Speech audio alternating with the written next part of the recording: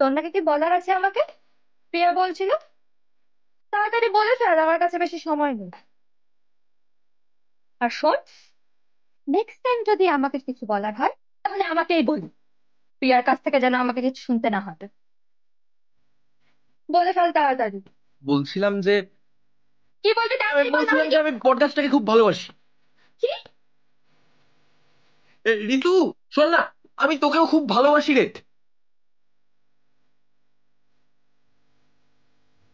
বাস না।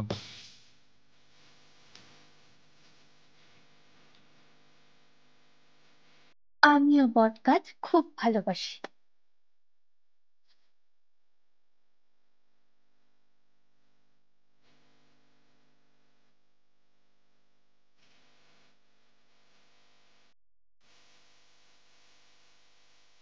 তোমার এই মাসের 7 তারিখে আসার কথা ছিল না? আসার তো কথা ছিল, কিন্তু এখন তো কাজ পড়ে গেছে। নতুন কাকে পেয়েছিস বল। কি? না না, তুই বল না। নতুন কাকে পেয়েছিস? কোন সুন্দরী মডেল? ঠিক আছে, আমি রাখতে চাই।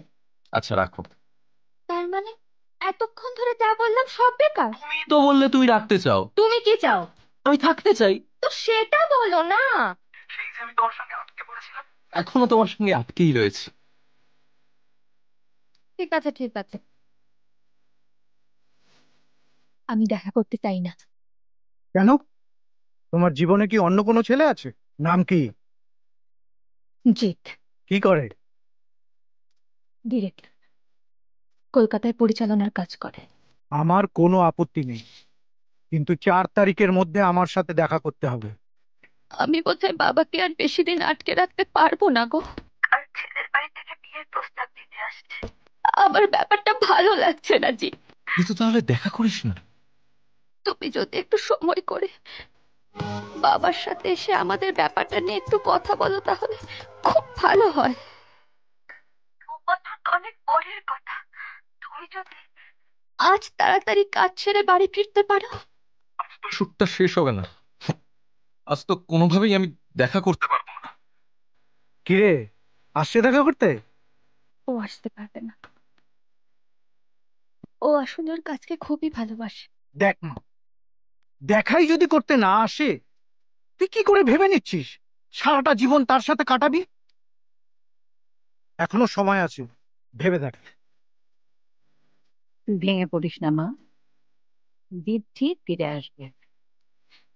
কি করে আসবে ঠাম্মা? ও তো বলেই দিয়েছে ও আজকে আর ফিরতে পারবে না। ও আদর্শবান ছেলে, ও কাজকে ভালোবাসে, ও ফিরে আসবেই। কারণ সম্পর্ক তৈরি হয় বিশ্বাসে।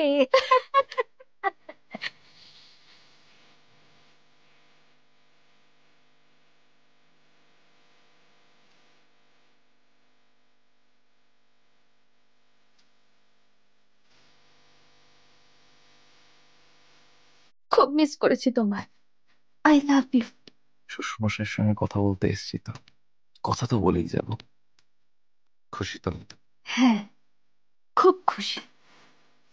কি বলবে বাবাকে? বলবো, শ্বশুরমশাই, আমি বটগাছ ভালোবাসি।